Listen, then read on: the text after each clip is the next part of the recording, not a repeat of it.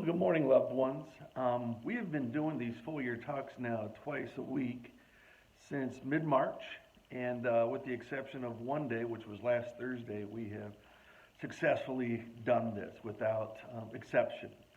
And I find it hard to believe that I haven't mentioned to you that in the course of my devotions each morning that I regularly will process through a hymn, a Christian song, a historic poem, so to speak. And I find it hard to believe that I haven't mentioned this before. And if I haven't, excuse me, I'll mention it this morning because I'm just going to point our attention to a hymn that you're probably very familiar with and one of my favorites.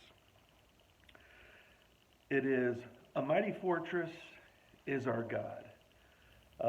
In inspiration for writing this hymn, Martin Luther probably drew from some of the content of Psalm 46, which begins, "God is our refuge and strength, a very present help in trouble.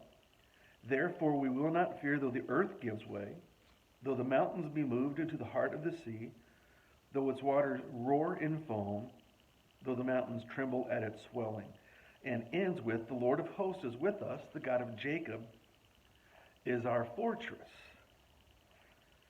So Martin Luther writes this: "A mighty fortress is our God, a bulwark never failing.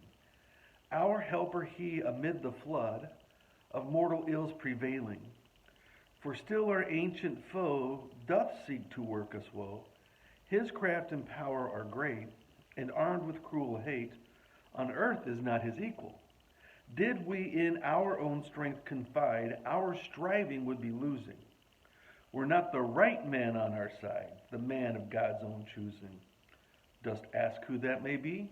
Christ Jesus, it is he.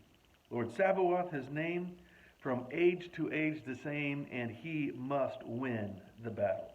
And though this world with devils filled should threaten to undo us, we will not fear, for God has willed his truth to triumph through us. The prince of darkness grim, we tremble not for him.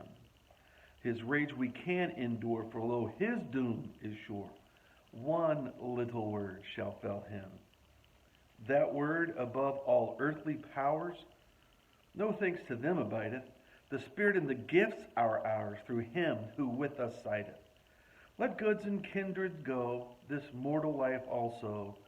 The body they may kill, God's truth abideth still. His kingdom is forever." And throughout each stanza, Martin Luther affirms to us what he affirmed to himself through the Psalms and through the course of his life, that God is present and he is powerful in this world. He affirms that there is a terrible opposition that comes against the Christians.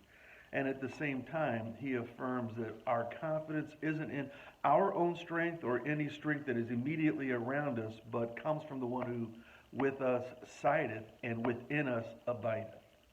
Good news, loved ones, no matter what you face today, God has appointed Jesus Christ to be on your side, to fight your battles with you and for you.